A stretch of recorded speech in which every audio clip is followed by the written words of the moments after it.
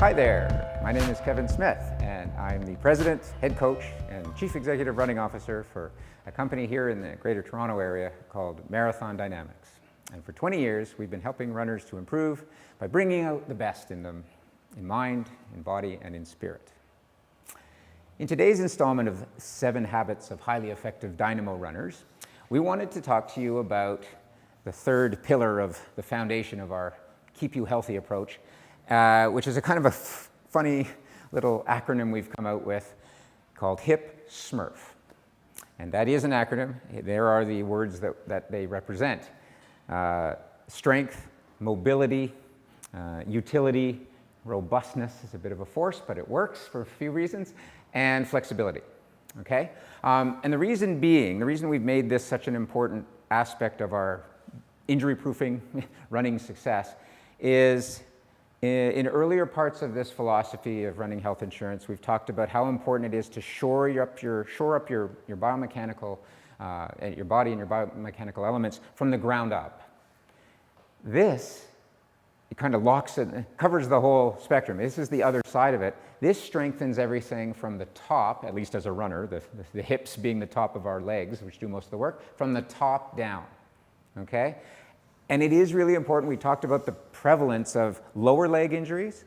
Well, fighting close behind, a sizable minority, but it is very big, of other running injuries happen either at the hips or because of the hips or problems with the hips, meaning they can be referred injuries down to, in many cases, everybody's favorite, the iliotibial band is a very hippie concern in some cases, and there are knee issues with alignments of Q angles between your hips and your knees that happen. So, and that's referred injury, but there's a lot as well that can go wrong with your hip flexors, your hip extensors, your iliopsoas. There's a lot of different aspects. Just even the pelvis itself has to be so square because running is an impact related activity, and it depends upon symmetry. And the hips are the fulcrum. They're where everything has to come, the forces go through and everything works around.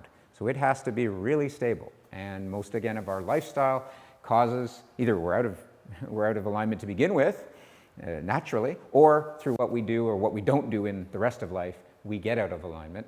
And then we try and do this mercilessly repetitive, symmetry thirsting activity, and inevitably just something being a little off, untrue, if you will, like a bike wheel that isn't quite right, will cause a big problem down the line, okay? So that is the rationale behind shoring up your system from the top down to kind of finish, and they meet in the middle, and then you're golden right through from the hips to the toes. And yeah, we're trying to cover and protect against the running injuries because of it. So what it is a series of 10 or 12 exercises that you could, if you're a real keener, decide to try them all, but you may not need them all. And it would be a big commitment because each one does take a little bit of time. And you do need to do these at the very least twice, perhaps, I think for a long time, 3 times a week to really make it stick and get the benefit of it. Maybe you can go back to 2 after you've done a lot of 3 times a week, but you do want to keep the frequency up 2 to 3 times a week. So what we like to say is pick 5 or 6 of the 10 or 12, and we have there's little clips of videos to show you exactly what those are on our website. And yeah, you just basically are going to come up with the ones that either you intuitively think are good for you because they address, either by feel, an issue that you've had in the past or are having now, or that perhaps a health professional, a physio or sports doctor has honed in on an area with you and says that's the kind of thing you want to work on. So you pick them. And I would say that of the whole 10 or 12, you do want to make sure, almost no matter what your problems have been in the past, that in the future you sort of menu, a la carte, you pick from those 10 or 12 so that 1 or 2 are a lunge squat, sort of standing to kneel version, that kind of movement. 1 or 2 are a leg swing. This is more the flexibility and robustness side. So leg swing option, I'll demo a couple of these shortly. And then the third, you want to pick 1 or 2 that are a 4 on the floor. You're kneeling. You're on your hands and knees, I should say, and doing an exercise in that position, okay? So I would like to demonstrate just quickly a couple of those so that we have a visual, mind's eye approach. So let's do that now. Okay, so cut for a second. And so lunge squats. Most of you know these. All right, so for the lunge squat stuff, there's a whole lot of options. They can be forward, backwards, side lunges, jump lunges. There's all kinds of things, but the squat motion. They can be body weight, which is where you should start, by the way, if you haven't done them before, because they are very impactful. They work really well. And eventually, you may build up to adding weight, 5, 10, 15, or more pounds in each hand to add it. But it's basically a motion where you're lunging forward, knee touching or very close to the ground, and then back, okay? So that kind of motion, back and down. If you can, it's tricky on the mats, you don't want the knee to go much further than your top of your foot or your toes, and down like that. So that's the forward lunge. There are many other options that you could include. The leg swings, okay? It's one or two that are, I usually do it with something up a bit higher. You want to do lateral leg swings. Actually, probably do this one better.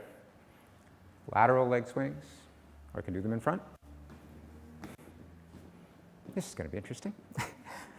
Kick the, so it'd be like that. Hard to do. I don't usually do them this way. But, okay, where you're working across the body, or, it's a little easier, where you're going in front longitudinally. Okay, 15 to 20 either side. That's a good idea. And then the last one was to make sure that there's some that really work the whole hip girdle in that 4 on the floor idea. Okay, we're in a lunge, prone position like that. And then what is it called? The 3-point fire hydrant is a really good one, where you bring forward your knee toward your shoulder once, then you bring it exactly to the side, and then you bring it to the back. So that 1 forward to the side and back, forward to the side and back. I'm hurrying it a little, but you get the idea. And then, so you do up to 15 or 20 reps on one side, then the other side, 15 or 20 reps. And while you're down there, you've done that, you might also then do large hip circle, or large knee circles, trying to draw as big a circle and as round a circle as you can with your knee. Okay, nice and controlled, and work through your whole cycle. That really gets at a lot of glute med, minimus, a lot of the mechanics and parts that we use in our run strap.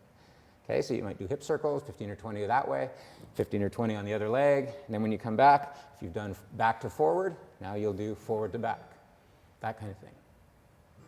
Okay, there's your hip, or a good sampling of exercises you can do to incorporate your hip S.M.U.R.F. for running health. Thank you very much.